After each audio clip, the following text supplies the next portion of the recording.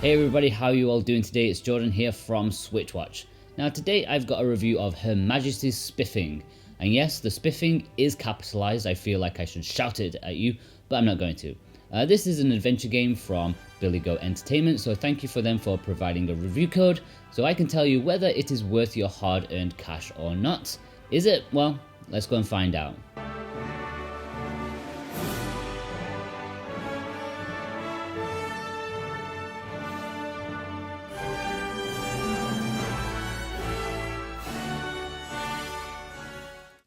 While 3D point-and-click adventure games aren't the most common of genres these days, they do still have a decent presence in modern days, mostly through Telltale's episodic series. I suppose point-and-click is an archaic term since there's very little of the action going on, and a more apt name may be graphic adventure, a game focused mostly on story and characters rather than being all action. Billy Goat Entertainment's debut game Her Majesty's Spiffing is very much in that pigeonhole. Her Majesty's Spiffing presents a very unique story, something you'd expect with a name like that. Due to a political shift in 2016, a frustrated queen decides to take things into her own hands and attempts to raise the British Empire once more, this time in space. After the initial cutscene of the Queen launching your shuttle into space via Big Ben, the story truly begins in the cockpit of their HMS Imperialize as Captain English and Lieutenant Jones, two very stereotypical characters, set off to claim the galaxy for Queen and country. As an adventure game, it's actually the story where these type of games live and die, since gameplay is generally limited to puzzles. It's all about if the story is intriguing enough, if the characters are interesting or funny enough. The story is the heart and soul of an adventure game. For what it's worth, Her Majesty's Spiffing is pretty good. Sure, the story is just a bit of fluff, but it's a means to get to the characters interacting and making you laugh. This game is definitely a comedy game first and foremost, as you may have guessed from the premise. It's very rare that a game can make me chuckle by its writing alone, but Her Majesty's Spiffing succeeded pretty quickly and consistently. Not huge belly laugh moments, but lines, situations and references that really struck a chord with my humour. I actually found the writing to be top quality overall. The main character, Captain English, is excellently written, as are most of the supporting cast. It's one of the wittiest games I've played in a while, along with the likes of Monkey Island and Broken Sword. At times it does rely heavily on breaking the fourth wall, but it does so often that I actually liked it. It's not just a one-off gag you find in a game that breaks the fourth wall and feels kind of awkward. Her Majesty's Spiffing is just full on. There may also be a point that much of the humour may only land with a British audience. I'm not sure how Americans or Canadians, for example, will react to the very English humour and references, never mind non-native speakers who may just end up confused. I'm pretty sure this is primarily for British audiences and those who have found a taste for it. I found the story to be completely engaging throughout, thanks to the characters alone. I always wanted to see or hear what the next ridiculous thing was going to be. Sure, you're not going to be emotionally attached or anything, but you're definitely going to have a good time if you're into British humour.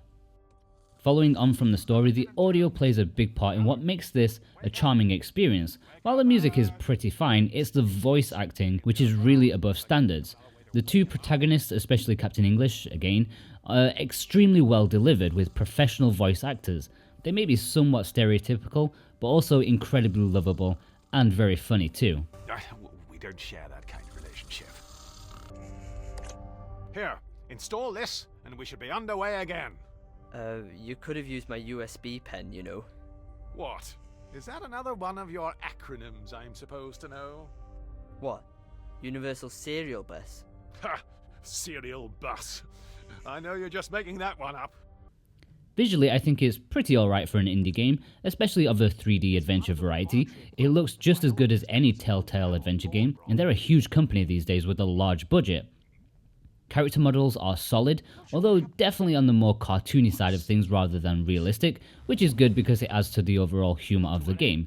I really like the animation too. I know the heads behind the game have a lot of pedigree in this department from before their game developing days. Facial animation, while obviously cartoony, is used to rather decent comedic effect. Performance-wise, it was pretty solid when docked, although in handheld mode I wasn't entirely convinced by it. The frame rate seemed a little unstable. There was no stuttering or anything, but it just felt lower than average. I'm not an expert in this department, but it was definitely not quite as silky smooth as I would have liked. It's still playable though, not a major problem for me. All things considered, for a small indie game, it's actually very well presented. The story, the visuals and the audio are all top notch from what you'd expect. It really excelled above my original expectations of the game, but I know many of you care about the gameplay too, which is fair enough. Although I would pigeonhole Her Majesty's Spiffing as a 3D point-and-click adventure game, it takes a modern style of controlling your character with the analog stick rather than there being any pointing and clicking going on. At the beginning, you're left exploring and performing tasks on board your compact little space shuttle.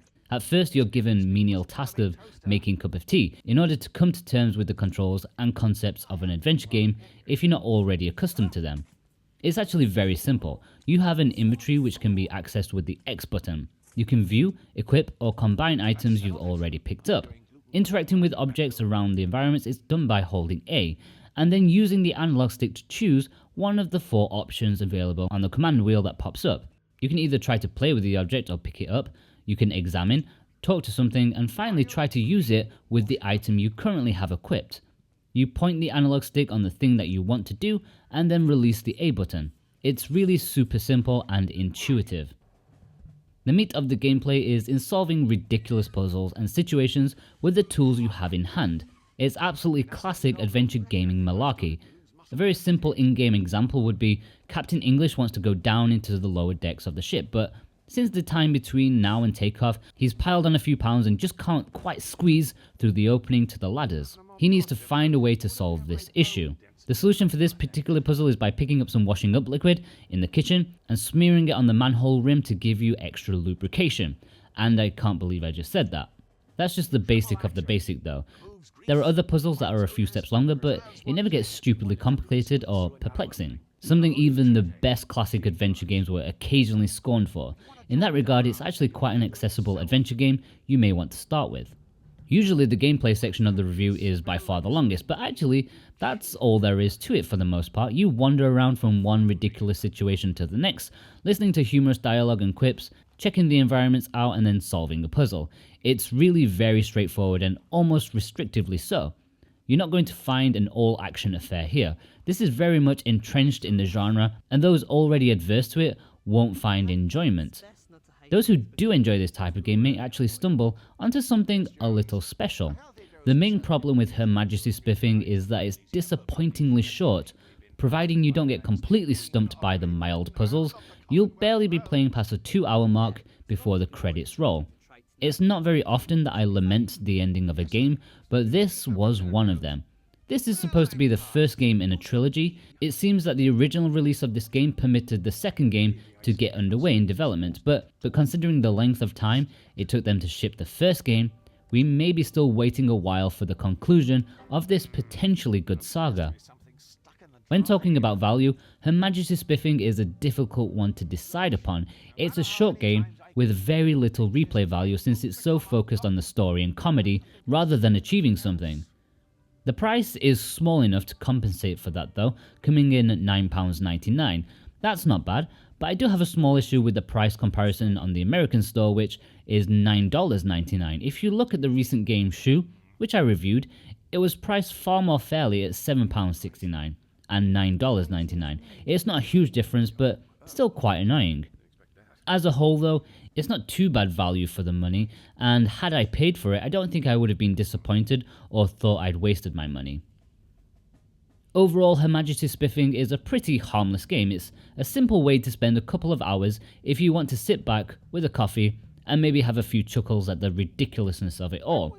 Even if it's playing hugely on British stereotypes, it's very inoffensive.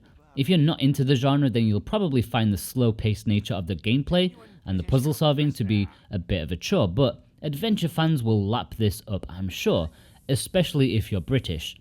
It's a shame it's not a little longer, and it will be a while before we get to see the second and third episodes in the series, but you can't expect so much from such a small developer. And I find it impressive that they pulled off such a well-presented package to rival other bigger publishers. I would award Her Majesty's Spiffing a rather commendable 7.5 out of 10. Okay guys, you know what to do. If you're a regular Switch watcher, don't forget to click that thumbs up button to show that you've enjoyed this review. And as always, consider leaving a comment regarding what you think about Her Majesty's Spiffing.